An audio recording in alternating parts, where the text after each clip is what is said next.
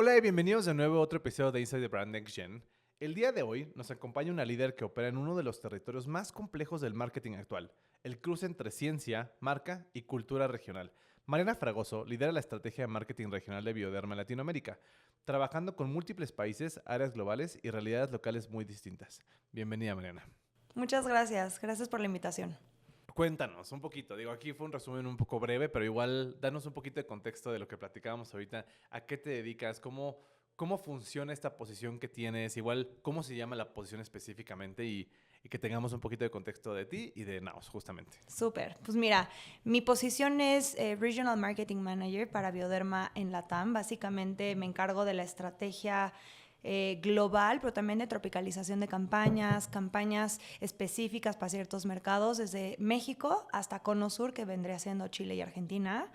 Llevo dedicándome bastante tiempo a beauty. Estuve varios años en marcas dermatológicas, en Grupo L'Oréal, luego paso a ser parte de Bioderma y básicamente me encargo de la estrategia que tiene Francia, que son nuestros headquarters, traerla a los países en LATAM, tropicalizado obviamente, pero también buscando qué es lo que el consumidor en estos países espera de las marcas, qué es lo que nosotros como marca queremos comunicarle a estos países que si bien somos una región compleja, pero diferente a lo que es Europa y los consumidores, sus necesidades cambian, el tipo de piel cambia, entonces eso me dedico. Creo que eres de las pocas personas que cuando les he preguntado esto, responden de una manera tan clara, porque luego la gente como que se empieza a explayar y es como termino teniendo más dudas que respuestas, y creo que eres de las pocas personas que me lo ha hecho muy, muy claro. Oye, y platícame, o sea, por lo que comentas, entonces es una posición muy internacional, o sea, estás viajando mucho, ¿qué países son los que llevas tú directamente? ¿Cómo funciona? Digo, al final de cuentas el podcast se llama Inside the Brand. Es como conocer un poquito cómo se maneja todo esto a nivel, pues, decisiones, estrategia, ejecución, etcétera, etcétera, ¿no? Mira, pues básicamente en 6 meses, llevo en esta posición 8 meses, cumplí en enero. Y en estos 8 meses ya tuve la oportunidad de viajar a cada uno de los países. Yo soy fiel creyente que no puedes llevar un país sin conocer la cultura, sin conocer cómo es ese país, cuáles son los hábitos de consumo, qué es lo que realmente le interesa al consumidor de cada uno de los países. Muchas veces decimos, ay, es que está en LATAM y todo es muy cerca. La verdad es que no. Tenemos a un Brasil que es un mercado totalmente diferente a lo que es México. Tenemos Ecuador, un mercado también muy potencial y con miras a crecerlo en el futuro. Tenemos mercados como Colombia, donde también beauty y dermocosméticos crece. Entonces, realmente aquí lo único que como quiero dejar claro es, yo cuando asumí esta posición regional dije, tengo que conocer los países, no puedo quedarme solamente con lo que conozco de México, que si bien lo conocía muy bien, tengo que viajar a los países. Entonces en estos 8 meses me dediqué a viajar a Qué cada uno de buen los perk, ¿no? países. De que, obviamente es el pretexto, ¿no? De que para conocer los países por un tema de estrategia, pero uno Pero es aprovecha, ¿no? verdad, claro, ¿no? Tienes que conocer cuáles las necesidades de cada uno de los países. Cada país tiene farmacias distintas, tiene puntos de venta diferentes. Muchas veces aquí en México estamos con una cultura muy orientada a cómo es el consumo en Estados Unidos. Tenemos los clubes de precio que son muy relevantes, los autoservicios que son muy relevantes, farmacia que es el canal más importante de los dermocosméticos, pero hay otros países donde los clubes de precio no son tan relevantes como aquí. Tenemos países como Ecuador donde el e-commerce apenas se empieza a desarrollar, entonces realmente cada país tiene que tratarse distinto. Al final de cuentas sí somos la misma región, pero cada país tiene necesidades totalmente diferentes. Mucho también me toca hablar con el equipo de Francia, porque pues al ser una marca francesa, todas las estrategias vienen por parte de los headquarters y hay veces donde necesitamos ajustar, ya sea el nombre de un producto, la imagen de un producto, la modelo, el visual, para que le hable al mercado en la TAM, que muchas veces ese es mi chamba, ser el puente entre lo que Francia libera hacia los países y yo cómo se lo voy a dar a los países para que sea apto para su mercado. Entonces, pues básicamente sí, es una posición donde viajas mucho, es una posición donde tienes que estar en constante comunicación con los equipos, que aunque no estoy ahí físicamente en cada uno de los países, la estrategia o la idea que yo tengo es que me sientan presente y que me sientan con ellos y que vayamos manejando como business review de manera amena, de manera constructiva, porque todos al final remamos hacia un mismo direccionamiento que es crecer la marca. Oye, pero lo que platicas, creo que, al menos corrígeme, estoy mal, pero veo un reto muy grande. O sea, que es el que enfrentas. El cómo poder conocer muy bien a cada país. Porque, como comentas, es muy diferente un Brasil a como es un Ecuador del e-commerce. O sea, cuando hay un equipo local, pues obviamente la especialización y el conocimiento se hace mucho más profundo. Pero en tu caso, viviendo en México, llevando países en el Caribe, en Centroamérica, ¿cómo logras eso? Poder entender con suficiente profundidad los diferentes países que existen y entendiendo esas, pues sí, esas diferencias, sin vivir en esa región, digamos. Yo creo que mucho es conociendo a los países, hablando constantemente con cada uno de los brand managers de cada país. Muchas veces es complejo cuando llevas muchos países a tu cargo conocer a la perfección uno, como lo es yo el mercado mexicano, donde llevo trabajando más de 9 años de mi trayectoria en este país. Pero justo ahí entra el factor de ser muy estratégico, conocer realmente.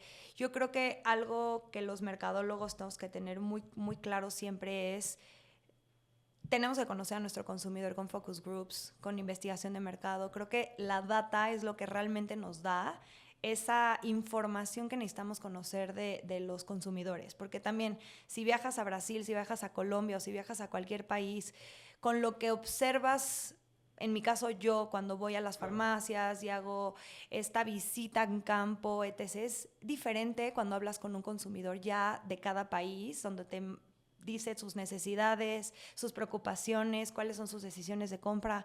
Entonces, yo soy fiel creyente que sí, obviamente el reto ahí es cómo llegas a conocer a cada uno de los países, pero más allá del modelo de negocio de cada país, al consumidor per se, el consumidor que busca, cuáles son sus hábitos de uso, claro. Qué es lo que consume, dónde compra sus productos. Muchas veces en México estamos migrando a comprar ya mucho de nuestros productos de consumo personal en e-commerce, ¿no? Porque crece. Pero en otros países la gente sigue yendo a los puntos de venta mucho, el e-commerce no está muy desarrollado. Entonces aquí creo que sí es la parte de negocio que los números te van dando, la parte de conocimiento cuando tú vas a las farmacias y haces esta salida a campo donde vas conociendo las farmacias, vas conociendo los puntos de venta, vas conociendo qué otros competidores hay, etc.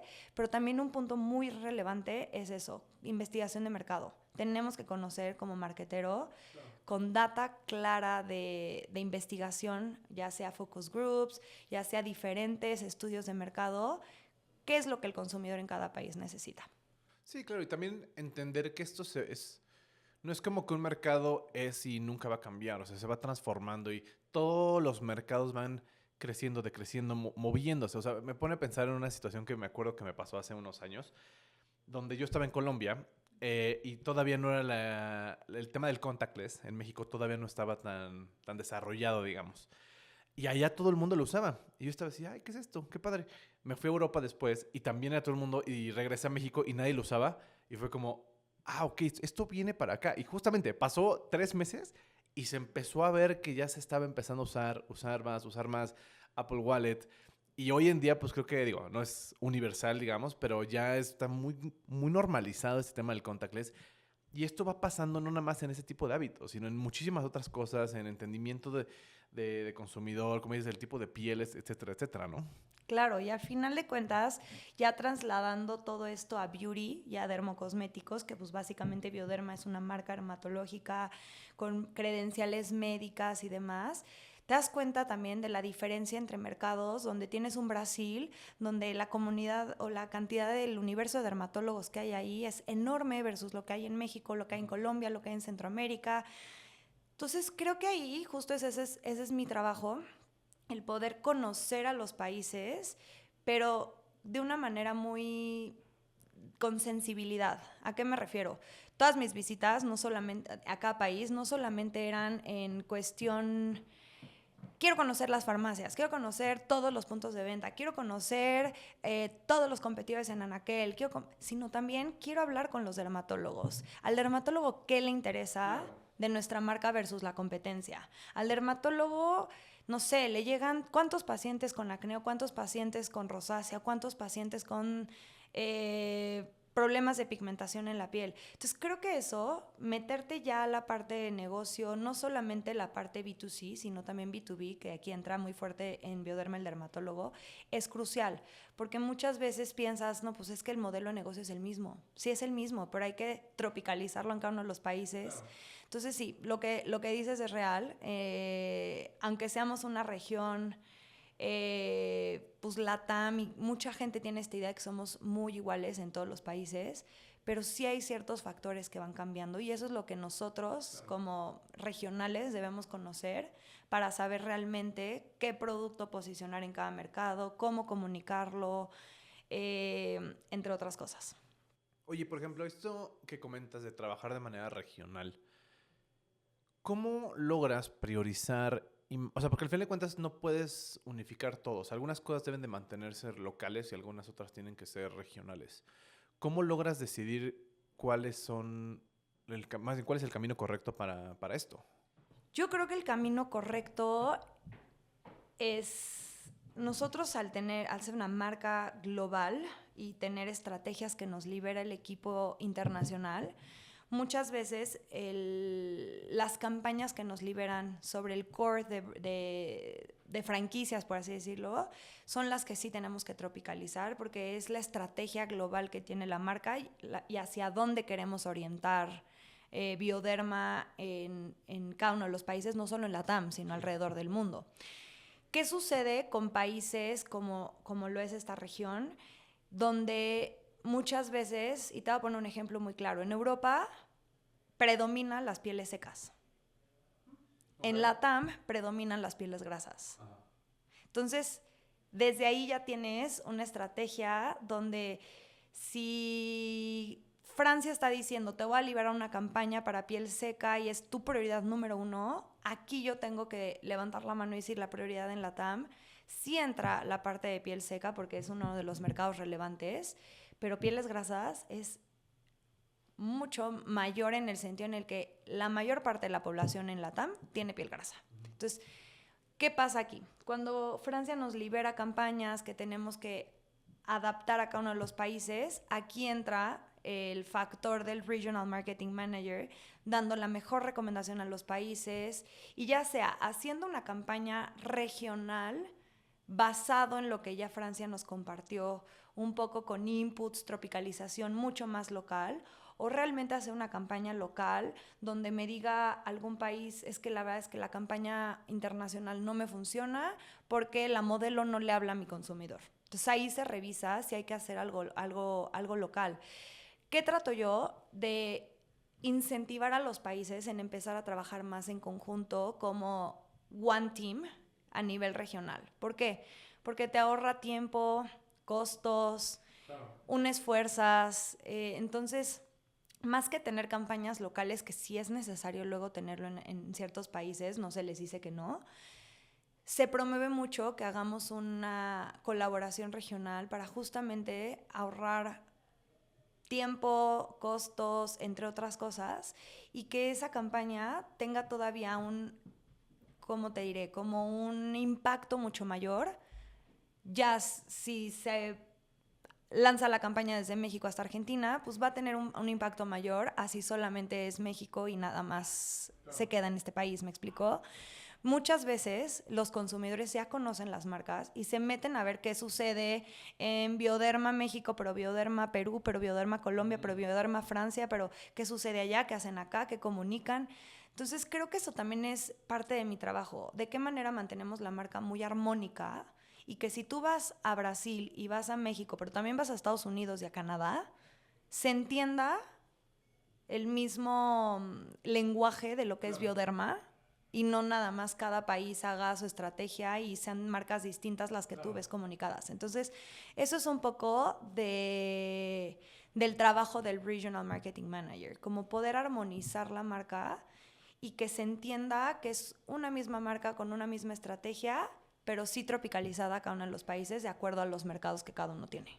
Oye, y platícame, ¿cuál ha sido el mayor reto que has tenido en este proceso? O sea, porque al final de cuentas uno busca la consistencia global, pero también demasiada consistencia global pierde relevancia local y viceversa. ¿Cuál ha sido el mayor reto que te has enfrentado en este proceso? Yo creo que el mayor reto es setear las prioridades. Yo creo que muchas veces tenemos muy claro que la prioridad debe ser lo que global nos dicta y está bien porque es la estrategia a nivel global, pero también creo que escuchar a nuestros mercados, conocer a nuestro consumidor localmente es muy importante. ¿Qué es lo más difícil? Yo creo que poder sensibilizar al equipo global en que necesitamos materiales que se adapten mejor a los mercados en Latinoamérica. ¿A qué me refiero? Poder tener modelos que se parezcan más al consumidor en esta región, tener comunicación mucho más sencilla de leer, entender.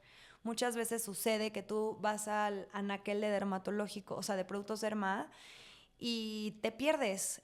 ¿Por qué? Porque muchas veces la comunicación es compleja versus otras marcas. Entonces creo que ese es el mayor reto, el cómo bajamos un mensaje que está adaptado a nivel global, pero ese mensaje que lo entienda tu consumidor en la región, sea claro, sea conciso, pero también que los visuales sean, ¿cómo te diré?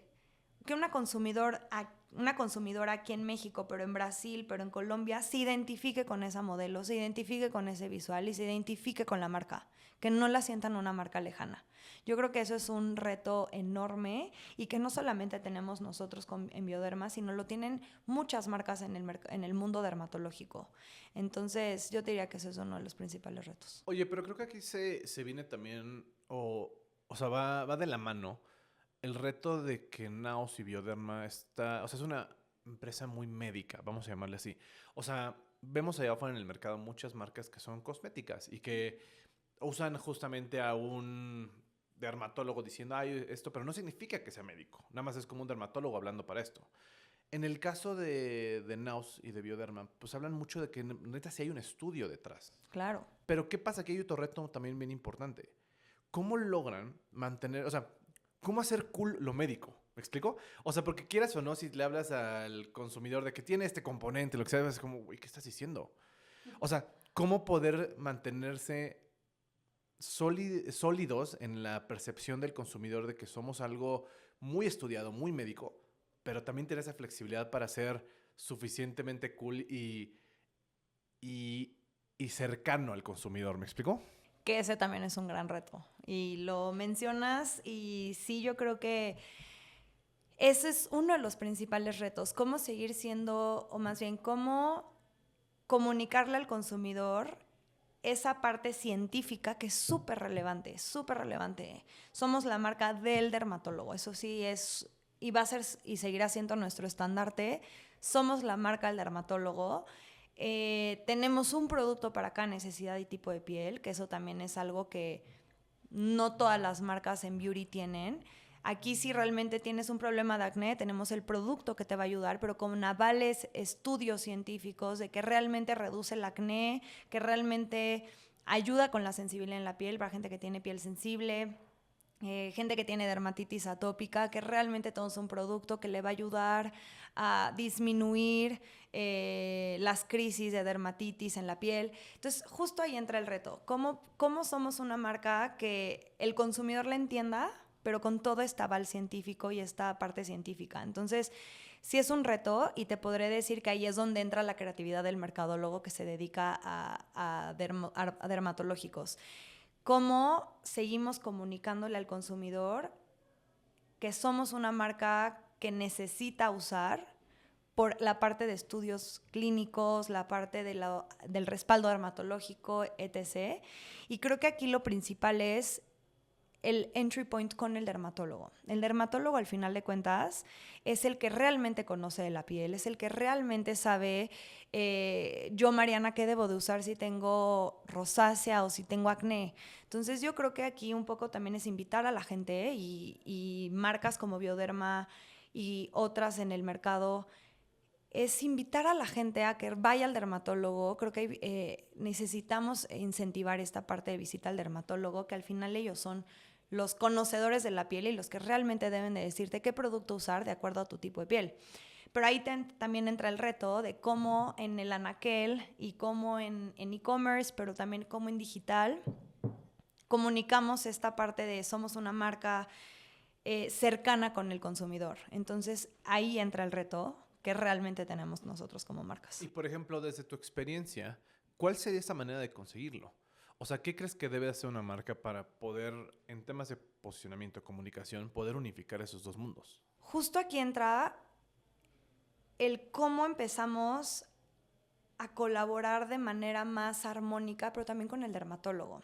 Hoy en día, todo mundo tiene acceso a las redes sociales, todo mundo tiene acceso a TikTok, todo mundo tiene acceso a Instagram, a YouTube, que yo creo que, y soy fiel creyente, que uno de las maneras en las que mejor podemos empezar a comunicar esta parte científica de manera más amena con el consumidor es de la mano del dermatólogo. Que el dermatólogo nos ayude a comunicar en estos medios, ya sea en redes sociales, ya sea hasta en podcast, en YouTube, cómo es una rutina sencilla de 3 pasos, ¿no? Todos los dermatólogos te dicen es limpia, trata, protege. Eso es lo que tenemos que usar. Pero yo creo que siempre estas estrategias de la mano del dermatólogo, que realmente es el experto en piel, realmente es el que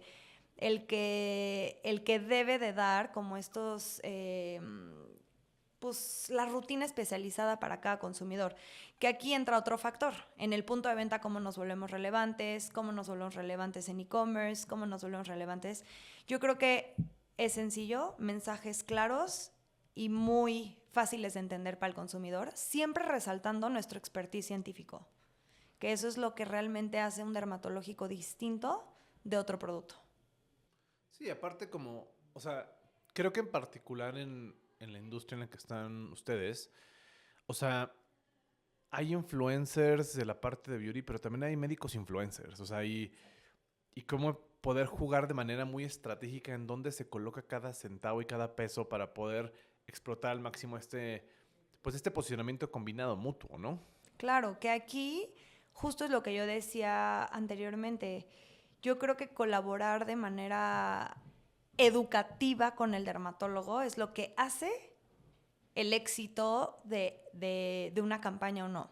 Yo creo que hay falta de conocimiento a nivel LATAM general sobre cómo hacer cuál es mi rutina básica, ¿no?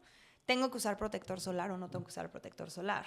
O sea, te voy a dar un dato, pero para que lo tengamos en mente, menos del 5% de la población en México utiliza protector solar de manera diaria y hay que reaplicarlo cada 3 horas.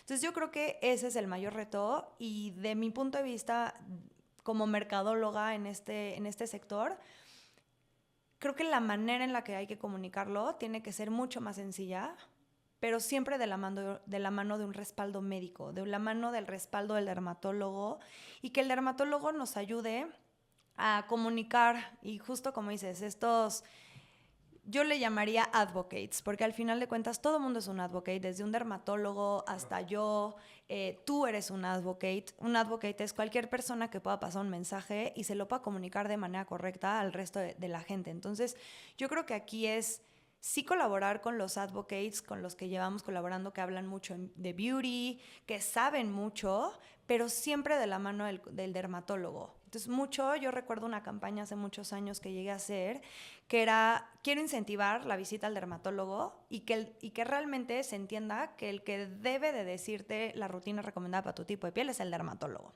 Entonces, justamente invitábamos al influencer a que vaya al dermatólogo, viva la experiencia de qué es ir al dermatólogo, que me haga una revisión de lunares. También la gente se tiene que hacer revisión de lunares una vez al año. Muy poca gente tiene conocimiento de eso. Entonces, justo ahí hacíamos el journey completo que yo como marca quería comunicar. Yo quiero que incentivemos a la gente a ir al dermatólogo. Entonces, llevábamos al influencer al dermatólogo con el dermatólogo que ya era muy activo en redes sociales. Entonces, era un win-win. Claro. Entonces, hacías la visita al dermatólogo, este influencer iba, le hacía sus preguntas, le hacía la revisión de piel, qué tipo de piel tienes. Mucha gente tampoco sabe qué tipo de piel tiene. Mucha gente piensa, no, pues seca. O la tengo grasa, pero realmente te dijeron y te hicieron un análisis de acuerdo a tu tipo de piel. Poca gente se lo hace. Entonces, justo ahí la campaña era incentivar a la visita al dermatólogo. Entonces, esta persona iba al dermatólogo, le hacía todo el análisis, o sea, el estudio, le daba su rutina recomendada de acuerdo a su tipo de piel, le daba los 3 pasos básicos que es limpia, trata, protege.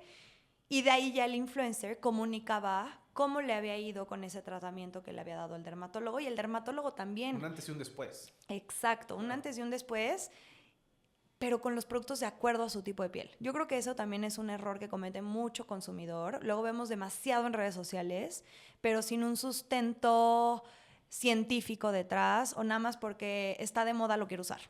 Pero realmente es para tu tipo de piel, realmente tú necesitas usar eso. Entonces, justo en esta campaña te digo que promovíamos mucho la visita al dermatólogo y se grabó todo el journey, y ya después el dermatólogo también nos compartió su experiencia con ese paciente. No, pues este paciente usaba estos productos, pero eso no eran para su tipo de piel, entonces yo le recomendé esto. Entonces ya se hacía un win-win donde el dermatólogo desde su experiencia hablaba sobre la marca y los productos, y el influencer como consumidor desde su experiencia hablaba también de la experiencia de lo que es ir al dermatólogo y el before and after que dices de empecé a usar estos productos y así tengo la piel. Entonces, ese tipo de campañas son las que tenemos que empezar a promover mucho más para este tipo de marcas que tienen un respaldo científico grande. Oye, Marina, platícame. O sea, mirando hacia el futuro, ¿cómo crees que va a ser ¿cuál crees que van a ser estos pilares que van a definir el marketing para marcas dermatológicas como Bioderma o como Naos? ¿Qué crees que va a ser realmente lo que va a hacer una diferencia allá afuera en el futuro? Yo creo que comunicación clara, que la gente realmente entienda de manera sencilla qué es el producto, qué va a hacer en mi piel y cómo lo tengo que aplicar. Entonces yo creo que de manera clara tenemos que las marcas saber comunicar mucho mejor el mensaje, que sea muy directo hacia el consumidor, fácil de entender. ¿Y qué veo en el futuro? Yo creo que estamos en una era donde ya mucho es digital, donde ya la gente pues realmente se guía solamente por lo que ve en redes sociales o lo que ve en internet. Y con todo lo de AI, creo que es algo que tenemos que estar ahí, tenemos que estar a la vanguardia en AI. Y justamente yo creo que estas marcas tenemos que revolucionar la manera en la que hacemos estos check-ups de la mano del dermatólogo, utilizando, no sé si estas herramientas o más bien ideando campañas mucho más en temas tecnológicos, por así decirlo, pero definitivamente en unos años tenemos que estar mucho más a la vanguardia en temas digitales. Ya hay marcas que empiezan a jugar con esto del AI, pero ¿cuál es mi rutina recomendada? De acuerdo a un análisis con AI, etc., etc. Yo creo que eso está bien, pero siempre y cuando pensar en el dermatólogo. El dermatólogo tiene que ser el que avala, claro, acompaña, receta este tipo de cosas. Entonces yo en un futuro sí creo que la era digital cada vez va a ser mayor y tenemos como marcas que estar ahí. Tenemos que darle al consumidor pues realmente lo que quiere ver. Creo que mucho lo que decías, el before and after, ¿no? Creo que eso es clave. Con ella y ahorita ya hasta puedes hacer, oye, no sé, si uso esta rutina recomendada de acuerdo a estos productos, esta es mi piel ahorita, ¿cómo me va a caer en 30 días? ¿Me explicó? Claro. Yo creo hasta jugar con eso, con AI, va a ser algo súper impactante para el consumidor y algo en lo que podríamos empezar a ver cómo empezamos a hacer este tipo de campañas donde la gente diga, si me protejo del sol, puedo en 10 años tener menos arrugas y menos manchas solares. Entonces, yo creo que mucho es entre el factor educar y concientizar a la gente. Y con esta parte digital, creo que es algo donde podemos impulsarlo mucho. Oye, platícame lo que me vino a la cabeza ahorita. El consumidor actual es muy impaciente. Y esto que comentas del before and after, pues sí, obviamente se ve un cambio. O sea, las personas que usan este bloqueador desde que estaban jóvenes, pues tienen menos manchas, tienen una piel más saludable, etcétera, etcétera. Pero impaciencia hace que las personas no lo vean. O sea, no ven el resultado porque toma mucho tiempo en llegar. o muchas veces puedan estar buscando soluciones más de corto plazo que terminan hasta lastimándoles más la piel. ¿Qué pasa con esto? O sea, ¿cómo enfrentan esto? Porque, aunque sí, vamos a ponerlo en papel, el tema de ir al dermatólogo es algo que se tiene que hacer, pero esto involucra también que un consumidor impaciente tenga que tener paciencia para poder ir y seguir las instrucciones y así. ¿Cómo combatir esta necesidad de urgencia de resolver las cosas rápido y con la menor cantidad de esfuerzo posible, vamos a llamarlo así? Sí, eso definitivamente le diste el punto. Es un tema que hoy en día, aparte, las generaciones buscan más, ¿no? Como lo puedes ver en digital. Un material que dure 12 segundos, no, ya no va a tener el mejor view-through rate. Tienes que lograr tu mensaje en los primeros segundos del video. Y sí, le das a un punto bien importante, pero ahí yo creo que me iría un paso atrás. Más que buscarla satisfacer esa impaciencia o satisfacer ese efecto inmediato, creo que también hay que concientizar y educar que muchas acciones de las que hagas hoy en día impactan a mediano y largo plazo. Que eso muchas veces la generación más joven no lo ve. La generación joven, y tengo gente conocida de esa generación que te dice, yo quiero el efecto ahorita, y ahorita mismo quiero ver que se me quita, no sé, la mancha que traía o el granito que traía. Pero esa impaciencia realmente o el solucionar algo de manera inmediata no deja el mejor beneficio a largo plazo. Entonces yo lo que diría es empezar con estas campañas más bien de educación y concientización. Lo que hagas ahorita impacta en el mediano y el largo plazo. Entonces dar datos duros. No sé, ¿sabías que el 80%, y esto es un dato, que el 80% de los signos de la edad, ya sean manchas y arrugas, son causados por el sol? Mucha gente no lo sabe. Entonces, si empiezas a educar y a concientizar y a comunicar que al final de cuentas el cuidar tu piel es un estilo de vida y el cuidar tu piel es salud y el cuidar tu piel, aparte de apariencia, conlleva otro tipo de cosas, yo creo que eso también ayudaría a que esa impaciencia sea como, ok, sí, no lo voy a ver chance ahorita, pero tienes otro punto. El consumidor cada vez busca claims más relevantes. Quiero que no sé, el efecto matificante inmediato. Quiero que me quite la mancha en una semana. Quiero que, sí es verdad, el consumidor y ya de todas las edades busca este tipo de pues, claims, por así decirlo, de eficacia inmediatos. Y sí, es algo que las marcas tenemos ese challenge y cada vez más de liberar justamente estos resultados inmediatos porque el consumidor los busca todo el tiempo. Pero ahí entra yo creo que muy fuerte el tema de concientizar y educar y no siempre todo va a ser inmediato. Claro. Oye, Mariana, y regresando al tema de la ejecución global y regional, ¿cómo, o sea, porque también viene un punto, o sea, que bueno, en las preguntas que elaboramos, el tema de que puede ser, ¿cómo lo pongo? Más bien, la dirección estratégica puede caer en un tema de micromanagement. Es decir, de que no dejemos que las personas locales hagan su chamba y por querer como controlar mucho lo que están haciendo. ¿Cómo lo ejecutan actualmente? O sea, ¿las personas locales toman todas las decisiones y tú les das guía o tú preparas los materiales y se los mandas para que los ejecuten? ¿Cómo funciona? Básicamente, tenemos alineaciones de manera constante, pero un año antes se alinea la estrategia, que eso sí es súper importante, tener la estrategia alineada con anticipación, por si algo cambia, por si hay una necesidad que tengamos que ajustar. Pero básicamente yo les doy las prioridades a nivel regional, qué es en donde nos tenemos que enfocar, cuál es la estrategia de la marca en el corto, mediano y largo plazo.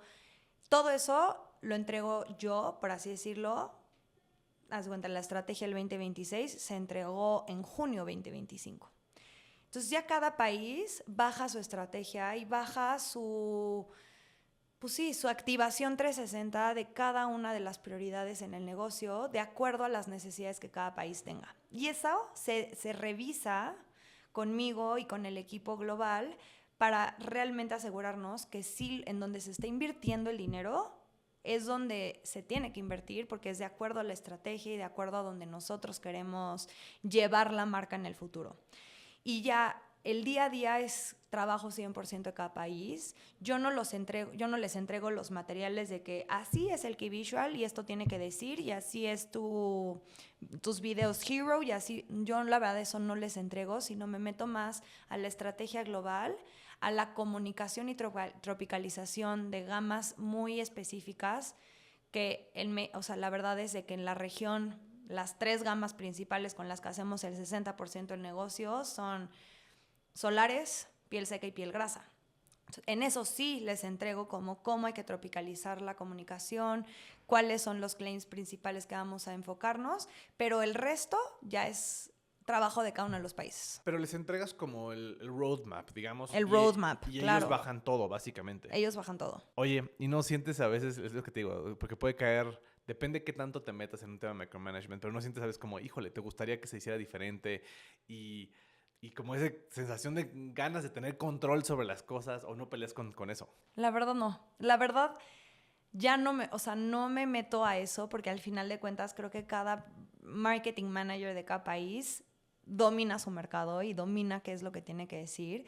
Con que tú les des el marco estratégico general de la estrategia y sí, obviamente, direccionamiento en estas 3 gamas principales que te digo que pesan bastante en el mercado, con que les des la orientación, la guía, el en qué te tienes que enfocar, esta es la comunicación clave. Te voy a poner un ejemplo. Muchas veces yo les puedo decir, oye, quiero que comuniques esto, esto y esto en tu key visual de campaña. Pero pues obviamente va a cambiar la necesidad. Chance para Colombia me hace total sentido, pero Brasil me dice, es que ya yo pasándolo a portugués no hace sentido. Entonces yo la verdad les entrego como el direccionamiento general de lo que es la estrategia. En campañas específicas que sí son muy grandes, sí se les entrega un direccionamiento mucho más claro en cuestión de qué claims hay que resaltar, qué comunicaciones donde queremos enfocarnos, etc.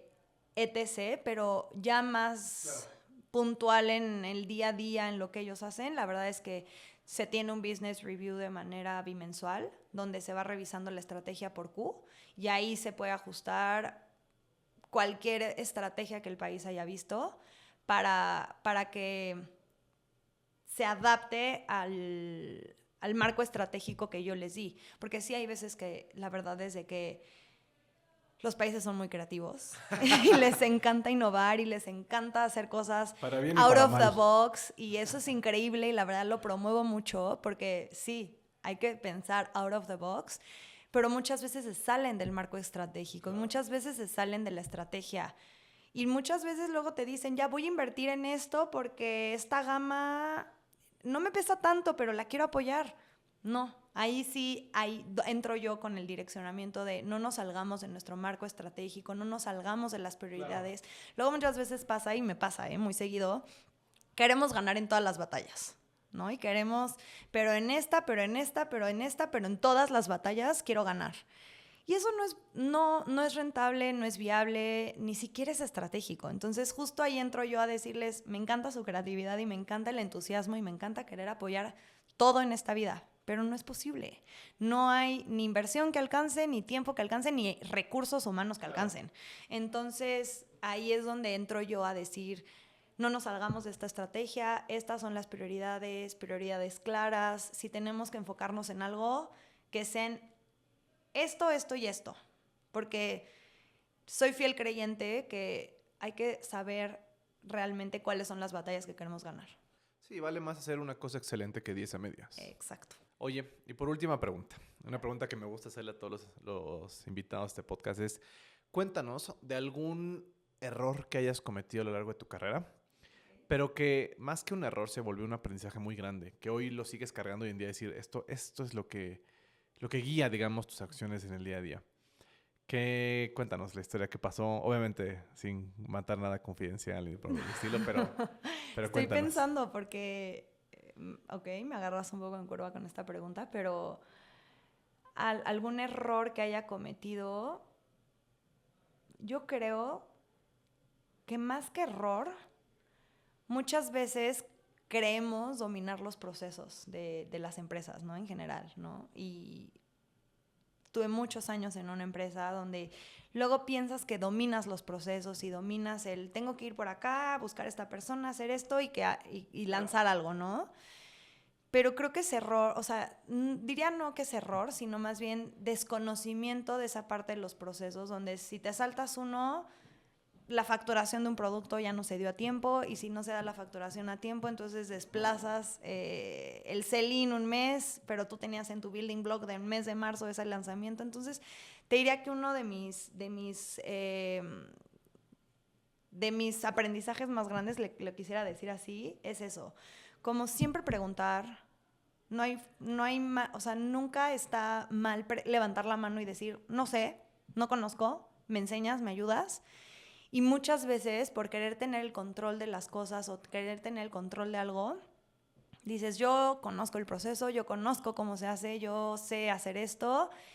Y te das cuenta que si hubieras preguntado en ese momento, las cosas hubieran salido más fáciles, más rápido, y les hubiera logrado la facturación en tiempo de algún lanzamiento. Me pasó hace muchos años con un lanzamiento que se saltó un proceso en el nivel o sea, en la parte de facturación, y se facturó un mes tarde, ¿no? Por así decirlo. Cuando tú estás en tu día a día dices, un mes tarde, pues ya, no pasa nada. No, sí pasa. A nivel negocio hay mucho, mucho detrás para que la facturación se dé con el volumen de venta que tú esperabas en ese mes. Entonces, mi recomendación y mi consejo a todas las personas que nos escuchan, nos ven, sería esa, como siempre preguntar, no creer que ya conoces todos los procesos o todos los lineamientos o todos los... Hay empresas muy jerárquicas, hay empresas menos jerárquicas, hay empresas con muchos procesos, hay empresas con menos procesos, pero siempre preguntar. Yo creo que nunca está de más, oye, voy bien por el camino correcto, así se tiene que hacer, ABC, sí, ok, perfecto. Entonces, yo creo que diría que es eso. Buenísimo, Mariana. Pues muchas gracias por De compartir nada. este espacio con nosotros y nuestra audiencia. Si alguien quisiera ponerse en contacto contigo, ¿cómo podría hacerlo? ¿Por LinkedIn? Por LinkedIn. Instagram. Me encuentran como Mariana Fragoso. Creo que estoy como Mariana Fragoso Martínez de Alba, que es mi nombre completo. Y en LinkedIn, muy feliz, se pueden poner en contacto conmigo. Buenísimo, Mariana. Y muchas gracias a nuestra audiencia por escuchar este episodio de Inside the Brand. Nos vemos hasta la próxima.